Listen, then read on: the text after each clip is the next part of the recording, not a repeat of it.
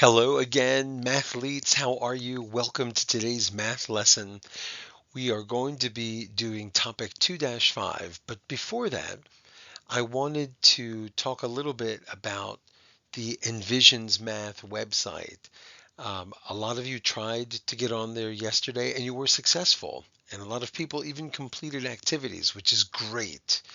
So please try to use this often. There will be many times when there's nothing on there to do.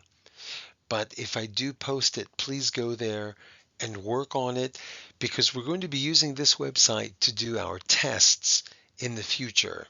It'll be much easier. There's less paperwork.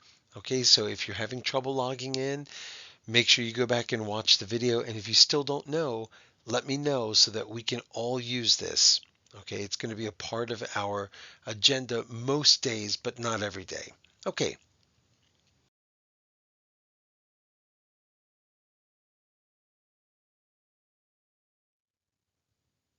and believe it or not, topic 2-5 is the end of topic 2. It was pretty short, right? Now we are not going to rush through this. I'm going to give us a couple of days to review. There was a lot of new vocabulary and some new things to understand, and including something new today. So let's look at our essential question. How can I model problems using equations, drawings, and arrays? So remember, when we model something, we're using a picture, we're using an equation, we're actually using numbers. Okay, we can draw tally marks, we can use arrays, we can use bar diagrams. There are many ways we can model something. Okay, all of these things are ways for help us to explain how we're solving a math problem. Okay, let's get started.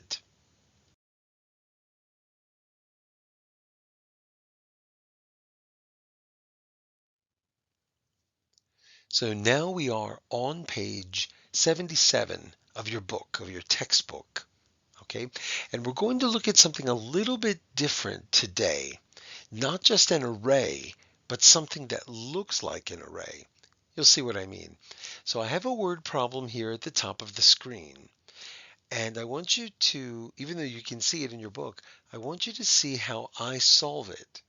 I'm going to go through it step by step. Remember, we need to underline what we know, circle what we need to find, and not do any math in our head. Everything's got to be put down on paper. So it says at the top here, there are 4 rows in a classroom. Okay, that's pretty important information. 4 rows, which means I'm going to have 4 lines going sideways. Then it says 2 rows have 3 tables in each row. 2 rows have 3 tables in each row. Okay, this is new. 2 rows have 3 tables in each row. Okay, so remember, we're going to be dealing with 4 rows. 2 of them have 3 tables in each row. Well, I can add that right now. Okay, so 2 of the rows have 3 tables each. Now the next sentence says 2 rows have 4 tables in each row. So now I'm going to go to the bottom 2 rows. Okay, and I'm going to add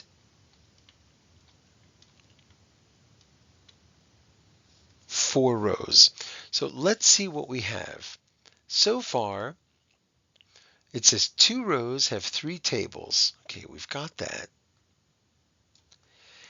And then it says 2 rows have 4 tables. Okay, we have that. So far, so good.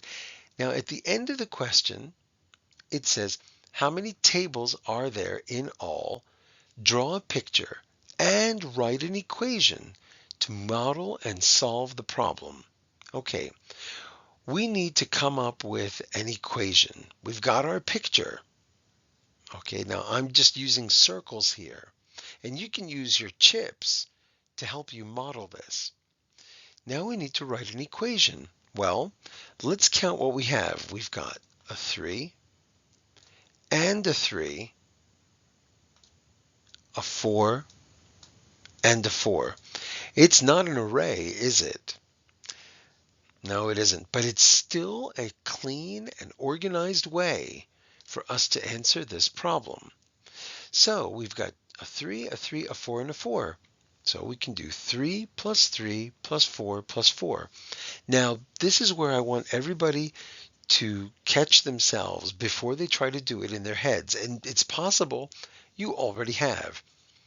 Break it down, do it piece by piece, because these are going to get complicated. We're just practicing with small numbers. They're going to get much bigger later. Well, 3 plus 3, let's start with that. We all know that is 6. And then let's take the 4 plus 4, and we know that is 8. And now 6 plus 8 is much easier to add because we only have 2 addends, right? So what do you come up with?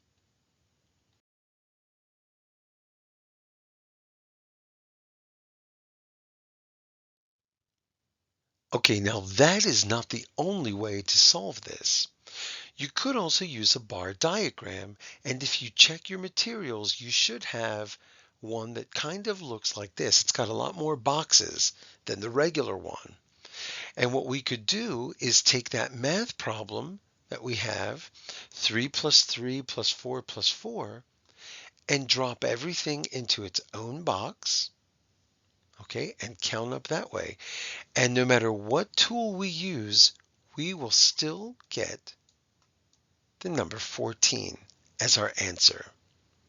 Okay, so we drew a picture that was on the previous screen where I showed you something that looked like an array, or we used a diagram, which is what you see here.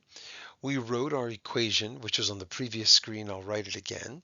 Okay, 3 plus 3 plus 4 plus 4. Okay, and we came up with the answer because it wants us to solve the problem, 14. Okay, and that's how we do it.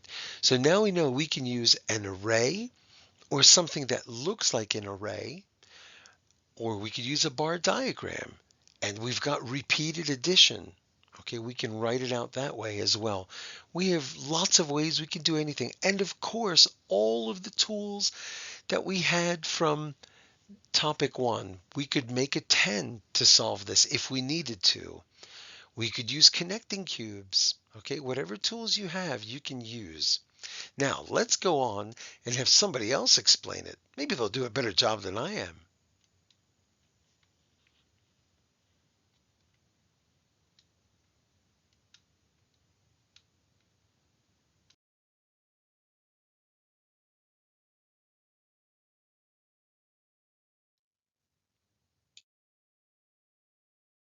Pat has 3 boxes. Each box has 5 marbles inside. How many marbles does Pat have in all? You can use a model to show and solve the problem. What does it mean to use a model?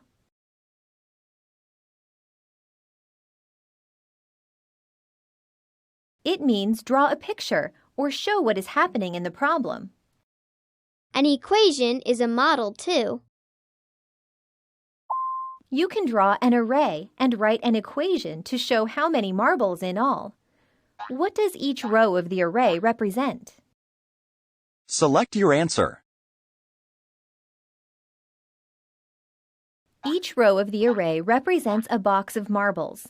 There are 3 rows because there are 3 boxes of marbles. Each row has 5 red circles because each box has 5 marbles. What equation matches the array?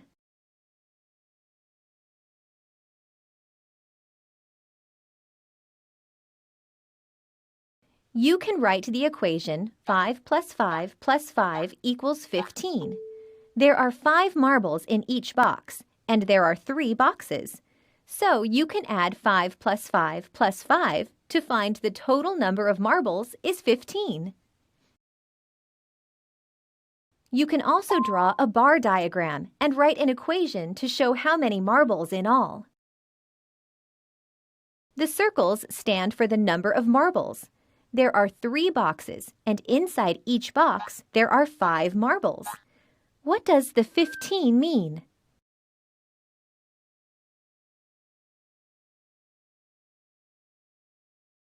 "15" is the total number of marbles. You can add the number of marbles in each box to find the total. You can write the equation 5 plus 5 plus 5 equals 15. The pictures show the same number of marbles in 2 different ways. The equations and answers are the same. Pat has 15 marbles in all.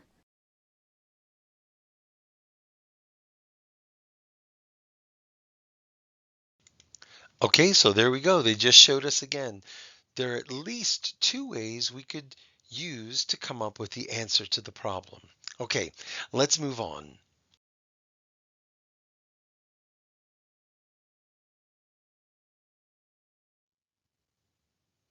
Okay, so now we're on page 78. Okay, the top of 78 just explains basically what you just saw in the video. Okay, now look at the bottom. Guided practice says draw a picture and write an equation to show each problem, then solve. Okay, well, number 1 says Ray has 2 rows of books. He has 5 books in each row. How many books does Ray have in all? And you can see they've already put the counters there for us. Okay, we have 2 rows of 5. So 5 plus 5 will equal, and of course you can answer that very easily.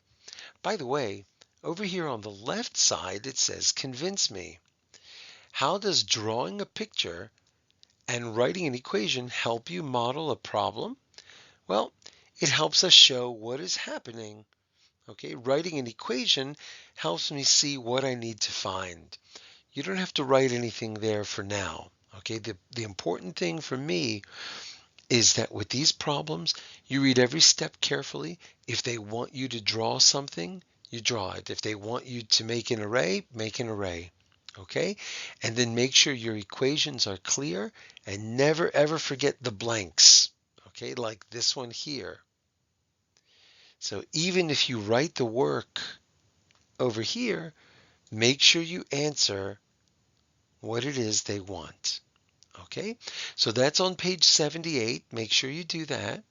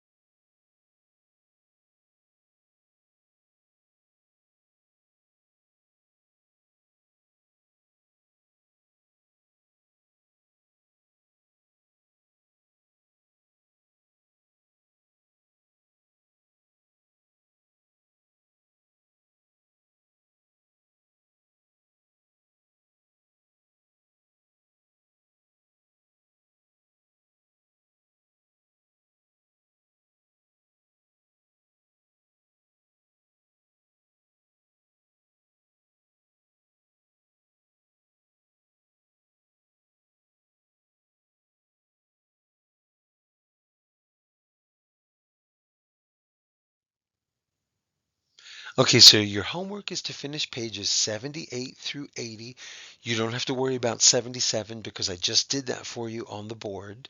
Okay, when you finish these pages, this is for O and C students, tear the pages out of the book and put them into your folder so that they're ready to come in the next time C students come into the building or O students' parents drop them off.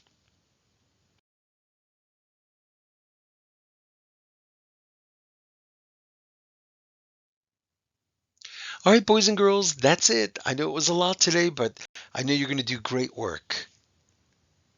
The end.